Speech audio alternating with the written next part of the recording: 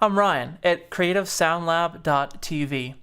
Today I'd like to talk to you about the two extremes of recording approaches. And more than any other thing in your studio, it's the recording approach that will affect the sound of your recording the most. You know, you can multi-track with a Studer tape machine, and you can multi-track with a regular DAW computer software. The fact is that you're going to get similar results as far as the energy of the music and the creative process that happens in the recording session. So understanding the creative process of the recording method, the method that you use, the process that you use, will greatly affect the sound of your recording. We're going to talk about the two extremes today.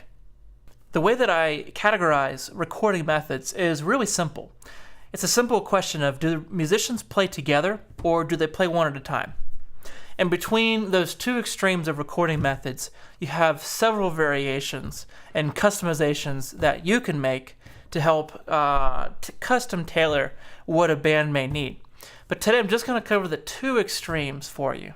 Now, the native state of music, as I like to call it, is the very basic state of musicians playing together.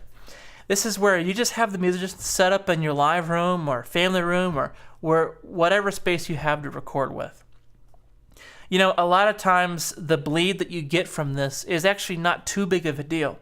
As long as you use good microphone technique and you're aware of the amount of compression that you plan to add later, it actually could be a really cool vibe for your recording. It certainly has a great feel, and the musicians play together. It's a very freeing experience because they don't have to worry about headphones or a click track, and you'll be really surprised what amazing recordings you can make in this method. The other extreme for recording methods is where musicians play one at a time, and this is essentially multi-tracking. You know, you start out with a scratch track, something that provides an auditory guide to the musicians. It could be like an acoustic guitar and a vocal singing at the same time. Then, one at a time, they play to this, slowly building the pieces of the song. Eventually, that original scratch track is deleted, and that acoustic guitar could be re-recorded, and the vocal could be recorded with a really nice mic.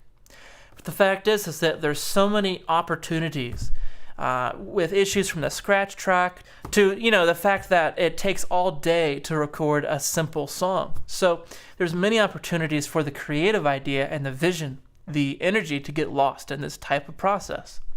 So a lot of producers and engineers will often suggest, well, maybe we can do a hybrid of the two worlds. Maybe we can start out playing together with maybe the core group of people, and then add in things that are difficult to record while the band's playing. So all of a sudden, we have a core group of musicians like drums and bass and rhythm guitar, and then from there we can add vocal, we can add background vocal, just whatever you can think to add in, that can be added later. Of course, there's variations of this, like with click and no click, and there's tons of possibilities, so use your creativity on how to situate the logistics of your sessions. But using these two extremes, you can dramatically affect the sound of your recordings. Now, I'd like to invite you to be a part of what I'm doing at CreativeSoundLab.tv. I have a community starting there with like-minded engineers to yourself. And I'd like to keep in touch with you as to what I'm doing and give you some extra content that's not featured on the site there. So if you'd like, head on over to CreativeSoundLab.tv. Hope to see you soon.